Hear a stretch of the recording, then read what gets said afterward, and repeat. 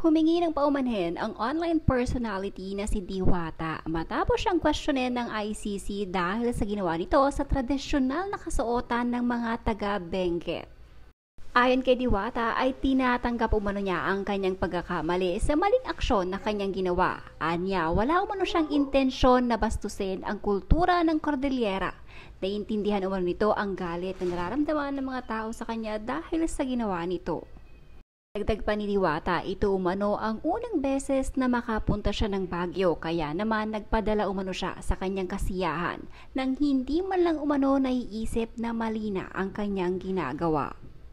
Ako po ay lubos at taos-pusong humihingi ng paumanhin sa mga indigenous culture communities ng Cordillera, sa mga taga-Benguet, lalo't higit sa mga taga-La Trinidad at Baguio, at sa lahat ng nasaktan at na-offend sa aking ginawa. Ngayon ko lubos na naunawaan na ang aking kilos ang pagsuot ng tradisyonal na kasuotan sa isang hindi angkop na paraan at ang pagtawag dito bilang isang costume ay isang malaking pagkakamali. Hindi ko po intensyon na bastusin o maliitin ang mayamang kultura ng mga taga-Cordillera. Ngunit naiintindihan ko na higit at nakapagbigay ng madaming hinanakit ang aking ginawa kaysa sa aking gustong gawin na magpasaya lamang. Inaako ko ang aking pagkakamali at ang sakit at galit na idinulot nito. Nagpadala lalo ako sa aking pusong bata dahil sobrang saya ko nang makarating ako for the first time sa Baguio. Magsilbi po sana akong paalala sa lahat na ang kultura, tradisyon at pagkakailanlan ng ating mga Pilipino at maging sa ibang lahi ay dapat bigyan ng mataas na respeto at nabigo akong gawin iyon. Bilang pagwawasto, ako po ay magsisikap na mas maunawaan at pag-aralan ang kultura ng mga komunidad na aking ipinapakita sa aking contents. Makikinig ako sa mga payo at hatol ng ICC at titiyakin na sa susunod ang aking plataforma ay magiging daan upang ipalaganap ang paggalang at tamang pagpapahalaga sa kultura.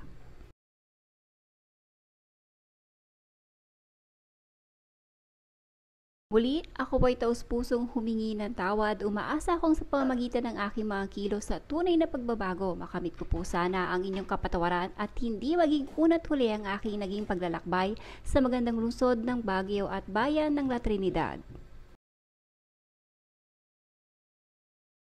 Lang naman tayo sa Baguio, hindi natin makumpleto ang ating pagpunta dito kung hindi tayo makapagsuot ng Igorot costume. Kaya naman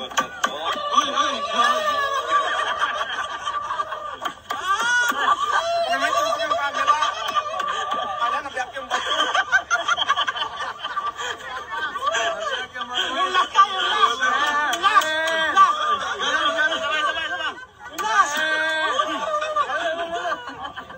Masaya po kami na malamang Diwata na iyong napagtanto ang iyong kamalian at buong puso din kita naming pinapatawad at nawa maging aral ito sa lahat ng napupunta sa aming lugar na matuto tayong igalang ang bawat isa sapagat ito ay tatak ng ating pagiging Pilipino at pagiging makatao. Nauunawaan kita sa iyong paliwanag na ang tanging hangad mo lamang ay mapasaya ngunit mukhang di mo napansin ay nasa kalabisan na pala. Maraming salamat at hinarap mo ang tama ang iyong kamalian at nauunawaan ka naman namin na bilang tao ay minsan nakakagawa tayo ng mga bagay na hindi natin alam na nakakasakit na pala sa damdamin ng iba.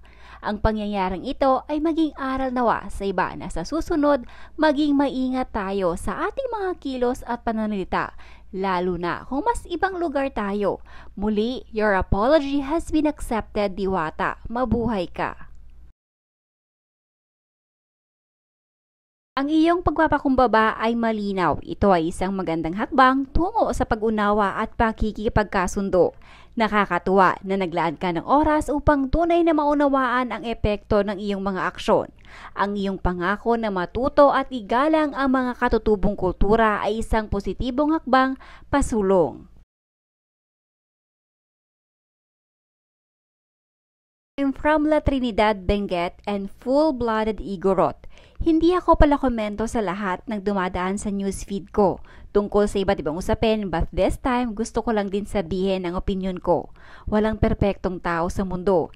Lahat tayo nagkakamali at para sa akin bilang isang Igorota, ang paghingi mo ng public apology ay magpapatunay na tapat ka sa iyong pag-ako ng pagkakamali, lalo na kung ito'y isa buhay para sa lahat ng mga indigenous people ng bansa.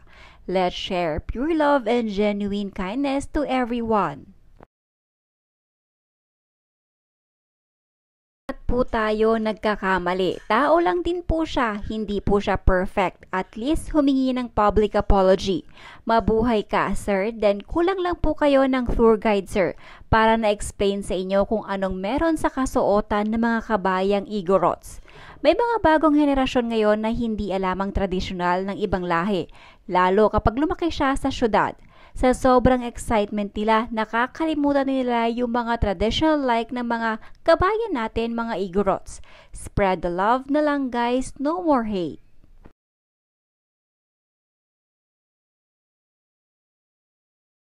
So many people act as if they are very perfect. Yan ang problem sa atin sa Pinas.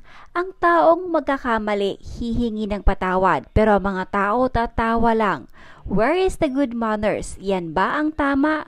We all need to be educated with moral values and good ethics.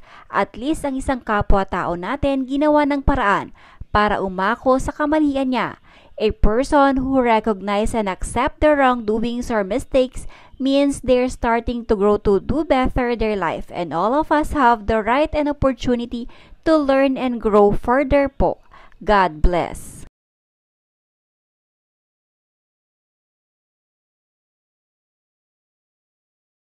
Mabuhay ka. God bless sa journey mo at sa career mo. Just ignore the negative comments at maging proud sa sarili mo na kaya mong humingi ng tawad sa ating mga kapwa Pilipino sa mga feeling walang bahid ng pagkakamali sa buhay. God bless. Din sa inyo naway maayos ang pamumuhay nyo sa araw-araw. Sana lang hindi dumating ang time na kayo naman ang mahusgahan at masabihan ng mga hindi magandang salitang nanggaling din sa mga bibig nyo. Lahat ng tao nagkakamali, pero hindi lahat marunong tumanggap na nagawang pagkakamali. Higit sa lahat, hindi lahat marunong humingi ng tawad. Huwag tayong magmalinis at huwag tayong manghusga. Tao din siya katulad natin at alam niya na maraming may ayaw sa kanya, pero sinusubukan pa rin niyang magustuhan siya ng mga tao. Ngayon, kung sa pagkakamali na gawa niya at hindi kayo marunong magpatawad, aba, edi ikaw na ang Diyos sa pinaka-Diyos. Hindi ko ginagamit ng Diyos. Gusto ko lang maisip natin na pare-pareho lang tayong nilalang ng Diyos. Walang mataas sa paningin niya kaya matuto tayong magpatawad sa isa't isa.